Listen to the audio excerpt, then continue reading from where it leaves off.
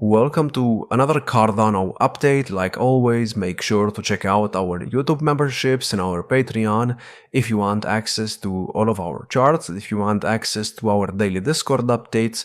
Speaking of the updates, we post them on a daily basis, and if you want to support the channel and if you want to know what's going on in the market, definitely check out the memberships. And now let's look at the 4-hour chart first. So Cardano is going up. It started going up yesterday, exactly after I posted my video, and here we seem to be in a third wave move up.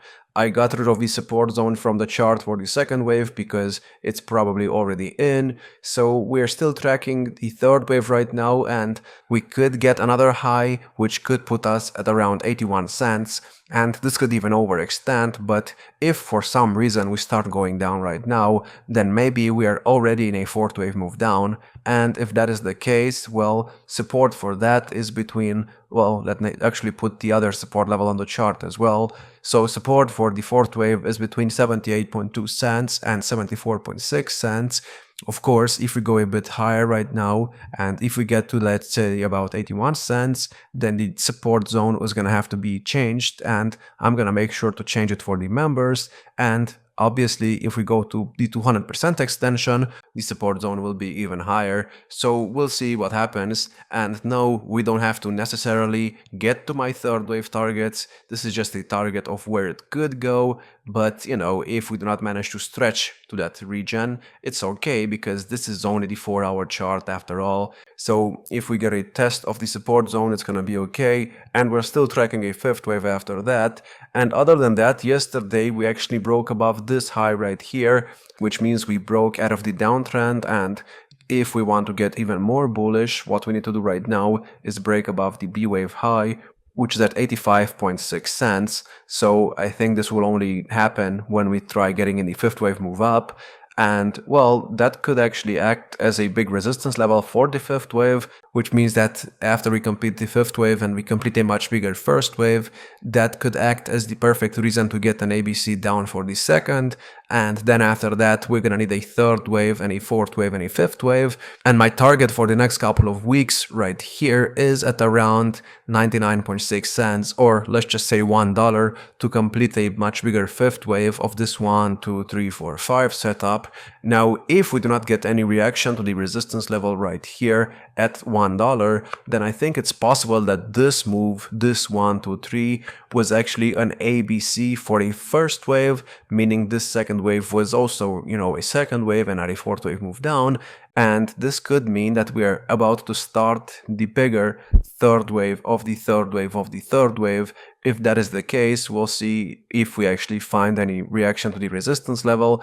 If we do not, and if we even get above $1.14 over here, which is the 0.618 resistance level of the previous all-time high, where we got rejected many times in the past, there is a chance that we might already be in a much bigger third wave of the third wave of the third wave. But, you know, I'm not gonna say that right now, because if you look at the 4-hour RSI, we are currently overbought right here. So if we get any type of correction, do not be surprised. And other than that, let's look at the daily chart, and the daily chart is looking bullish. Here we got above the moving average on the RSI, which is a good sign, and I think at some point we will need to test it before we do anything else. And well, we could test it right now, and this could take like a day or two, which would be the perfect time to get a fourth wave move down on the 4-hour chart. But again, we could overextend in the third wave, and if we do, I'll make sure to adjust the support zone. And other than that, I want to look at the weekly, and I want to show you something right now,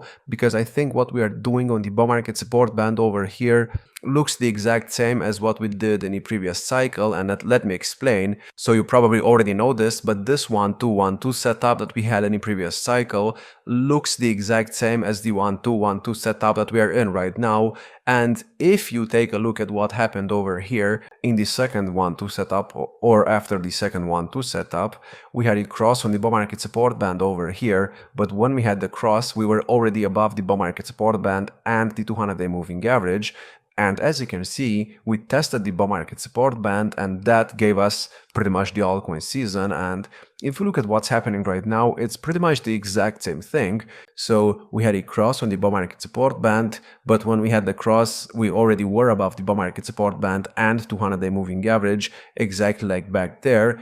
And right now we had a test of the bull market support band, exactly like we did right there, which means we could be at this point of the cycle right now, and that could be true because Bitcoin dominance is on the verge of starting to break down. If you look at what it's doing right now, it broke below the moving average on the daily RSI, and I told you this a couple of days ago, but doing something like this could be very bullish because that's exactly what we did over here as well.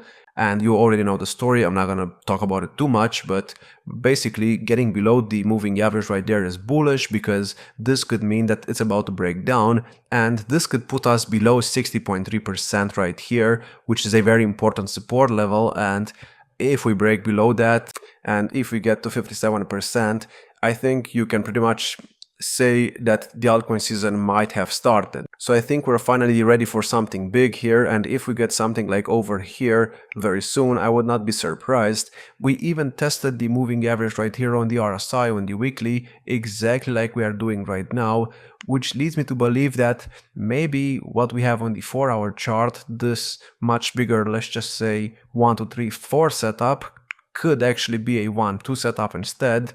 But, you know, we're gonna have to wait and see what happens. I obviously have no idea what the market will do, and I can just, you know, assume things. And other than that, I hope you enjoyed. If you did, make sure to check out our YouTube memberships and our Patreon if you want access to all of our charts, and if you want access to our daily Discord updates. Like, subscribe, and I will see you in the next one.